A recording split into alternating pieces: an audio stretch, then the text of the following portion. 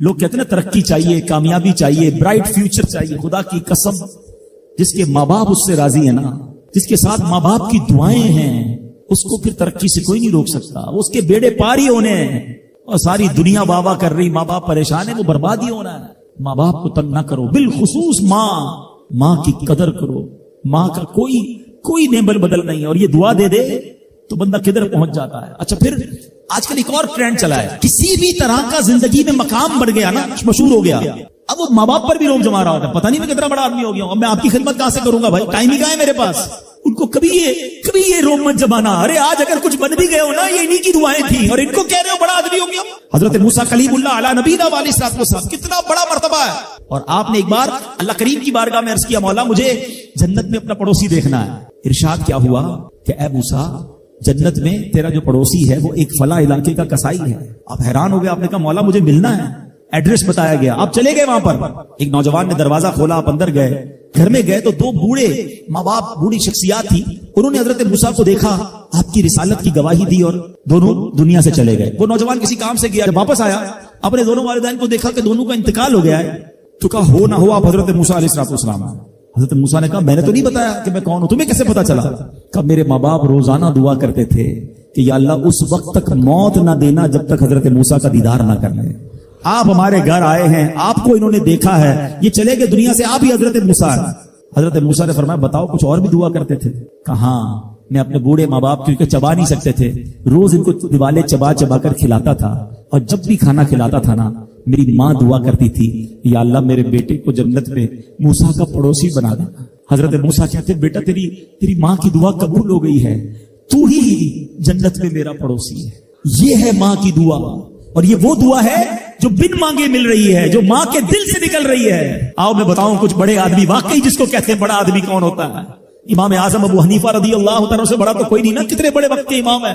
مگر آپ کی والدہ ایک مسجد کے امام صاحب سے انسپائر تھی، مقرر تھے، وہ اچھے بیان کرتے تھے. آپ کو وہ کہتی کہ جاؤ وہ امام صاحب سے مسئلہ پوچھ کے آؤ. خود مفتی اعظم ہیں، امام ہے کروڑوں حنفیوں کے. ماں کو یہ نہیں کہا کہ ماں پتہ نہیں میں کتنا بڑا مفتی ہوں، تم مجھے مسجد کے امام کے پاس بھیج رہی ہو. آج تو یہ ڈائریکٹ جواب دے دیتے ہیں نا، مجھے پتہ نہیں میں کون ہوں، مجھ سے بحث کر رہی ہو، اتنی کتابیں پڑھی ماں، تم نے تو پڑھا ہی کچھ نہیں. ابو جان آپ کو دنیا کا کیا پتا، مجھے پتا ہے.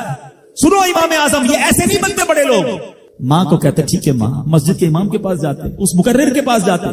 وہ کہتا حضور آپ مجھ سے مسئلہ پوچھنے آئے، آپ دنیا کو مسئلے بتاتے ہیں. کیا کروں، ماں نے بھیجا ہے. کہ حضور جو آپ بتا رہے ہیں مجھے آپ ہی مسئلے کا جواب بتا دیں، وہی میری طرف سے ماں کو بھی بتا دیں. ایک بار ماں نے کہا کہ میں خود جا کر پوچھوں گی، پھر بھی امام اعظم نے منع نہیں کیا. اچھا کئی میل کا سفر تھا. امام ابو یوسف کہتے ہیں ہم نے خود دیکھا کوفہ کی گلیوں میں کہ امام اعظم اس خچر یا اس سواری کے لگام تھامے ہوئے ہیں، ماں اس پر سوار ہے اور وہ بازار میں اسے لے کے جا رہے ہیں. ماں کو یہ نہیں کہا کہ ماں تم مجھے تکلیف دے رہی ہو، وہ میرا شاگردوں کا بھی شاگرد ہے، اس کو کیا پتا جو مجھے پتا ہے. اللہ اکبر. ماں جاتی ہیں، مسئلہ پوچھتی ہیں، واپس آتی ہیں. امام اعظم ماں کو کچھ نہیں کہتے. یہ ہوتا ہے ماں کی فرما برداری. آج دیکھو دنیا ان کے گن گا رہی ہے. سیدنا بایزید بستامی رضی اللہ تعالیٰ عنہ کتنا بڑا نام ہے، اولیاء کے سردار ہیں. دیکھو ماں کی خدمت کیسی کرتے تھے. آپ کی والدہ نے سردیوں کی رات تھی، سخت سردی کی رات، آپ سے پانی مانگا. حضرت بایزید بستامی ماں کے پاس پیالہ لے کر گئے تو ماں سو گئی تھی. ماں کے سرہانے پیالہ لے کر کھڑے رہے، رات بھر کھڑے رہے سخت سردی میں. پانی تھوڑا سا آپ کی انگلیوں پر گرا تو وہ پانی برف پڑ چکا تھا. ماں کی آنکھ کھلی، دیکھا بایزید بستامی بستر کے کنارے کھڑے ہیں. کہ بیٹا کیوں کھڑے ہو؟ کہ ماں آپ نے رات پانی مانگا تھا نا، اس لیے کھڑا رہا کہ نہ جانے کب آنکھ کھل جائے. اب جب پانی دینے کے لیے پیالہ الگ کیا نا تو وہ برف چمڑی سے چپک چکی تھی، تو جب وہ برف الگ ہوئی نا ہاتھ سے خون نکلنے لگا. حضرت بایزید بستامی رحمت اللہ تعالی کی ماں نے جب یہ دیکھا نا کہ بیٹا ساری رات کھڑا رہا اور اب اس کا ہاتھ بھی لہو لہان ہو گیا، حضرت بایزید بستامی کی ماں نے پتا اس رات کیا دعا دی؟ کہتی یا اللہ میں اس سے راضی ہوں، تو بھی اس سے راضی ہو جا. دیکھو کیا مقام ملا، اولیاء کرام کے سردار بن گئے. یہ وہ دعائیں ہیں جو دل سے نکلتی ہیں. ماں باپ کی خدمت ایسی کرو، اب کہو نا کہ دل سے دعا نکلے. جب وہ دعا نکلے گی نا پھر وہ کام بننے آپ سوچ نہیں سکتے. کیا خوبصورت دین ہے ہمارا. ہم نے اپنے بچے کو دین کی طرف نہیں لگایا. اگر ہم بچے کو دین کی طرف لگا دیتے، دین اس کو ہماری خدمت کی طرف لگا دیتا. ہم بچے کو قرآن و حدیث سکھاتے، قرآن و حدیث اس کو ہماری خدمت سکھا دیتے. ہم آج یہ جو تکلیف اٹھا رہے ہیں اس کی ایک وجہ یہ بھی ہے